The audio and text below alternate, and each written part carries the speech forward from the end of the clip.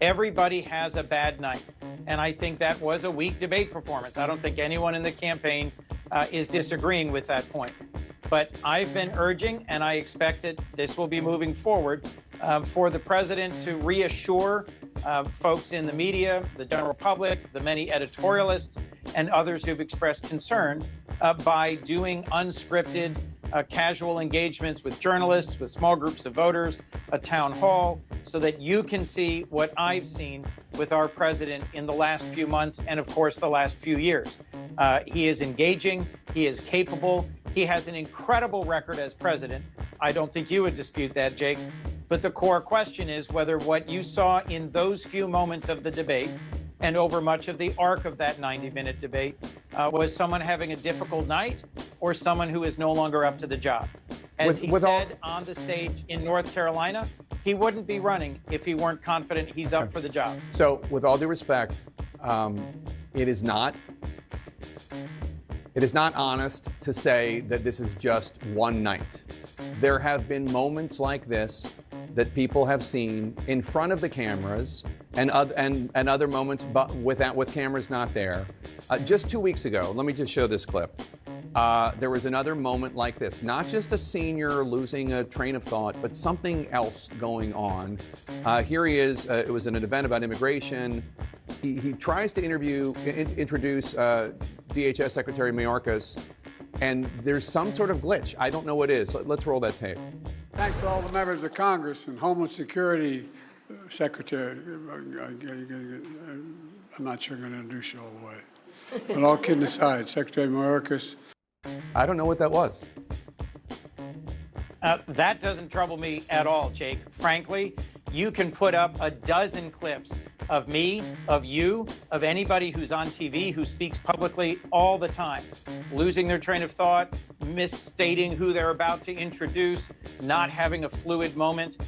And if we're honest with each other, Jake, every time Donald Trump speaks in front of a rally, there's long stretches where he is saying nonsense, where he's talking about whether he'd rather be electrocuted or eaten by a shark, where he's saying nonsensical things about forests bursting into flame or windmills causing cancer. So to take that little clip and say, aha, Senator Coons, be honest. You know that our president is somehow mentally infirm, and yet to not put up dozens and dozens of much more alarming examples of the former president.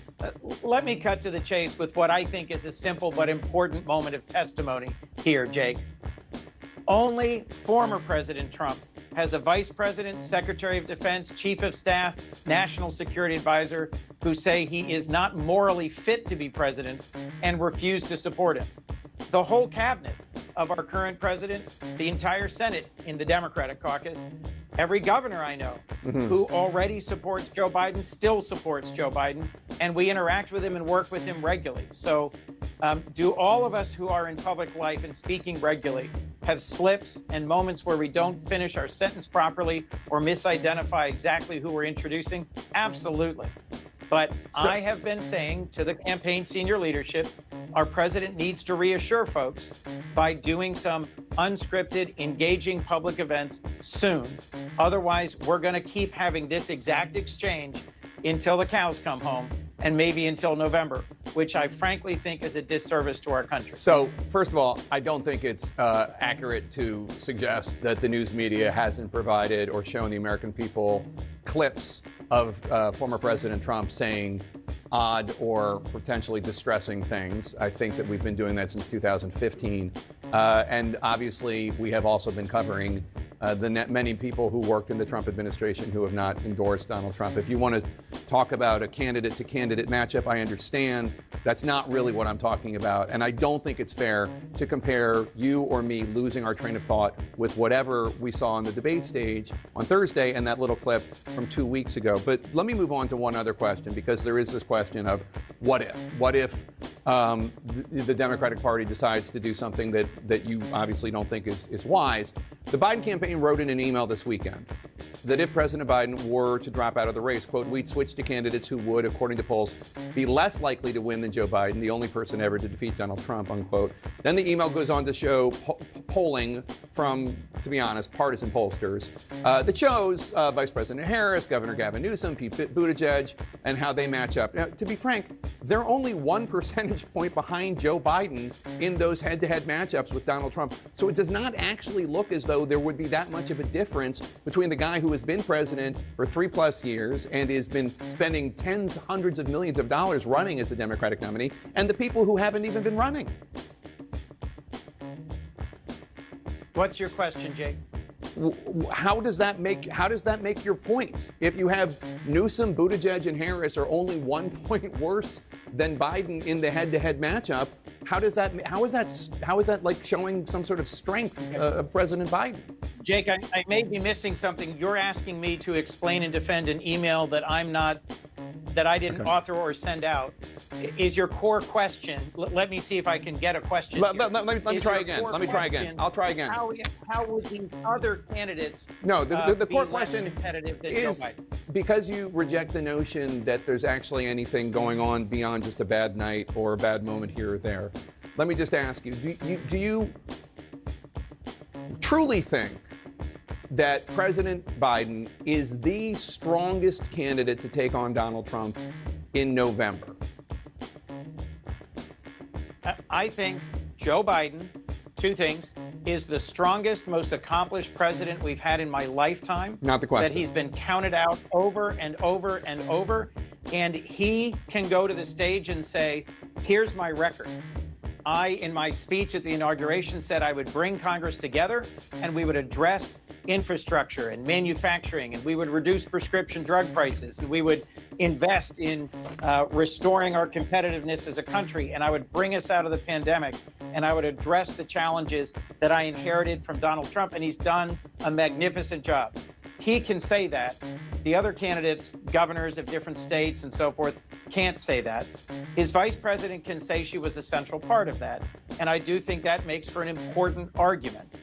And this is the core thing I think you're trying to raise here, Jake. He needs to reassure folks with repeat performances in public that he is up to this task and address the core question you're asking me. I have not seen evidence that our president is not up to the task of running for and continuing to serve as president. So that's something that is up to our president to prove to the public in the coming weeks. And I'm accepting that as an open question and a challenge. But I do think he has the strongest record in his first 3 years that any of us could imagine. Just last month, our economy created more jobs, in no small part because of President Biden's leadership, than it did in the whole 4 years that Donald Trump was president. Joe Biden has the strongest record. We have the all-time high in the stock market, all-time low in unemployment. We have crime going down. We have investments in manufacturing going up. We are headed in a strong direction. And he's got a great platform to run for re-election.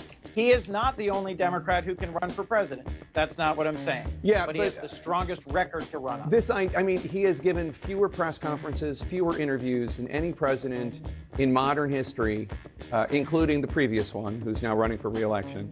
And, this could all be... And the previous one told more lies per sentence than any candidate has ever told on a debate stage. This is not the discussion that we're having. We could certainly, have that conversation. I certainly didn't particularly care for it when President Biden said no U.S. service members had been killed in the previous 4 years. But moving on from things that were said that were not true, I think it is easy to settle this right now by President Biden going to the Brady Press Center, the press file in the White House, and doing a 2-hour press conference. Everybody would cover it live. Networks probably would cover it live.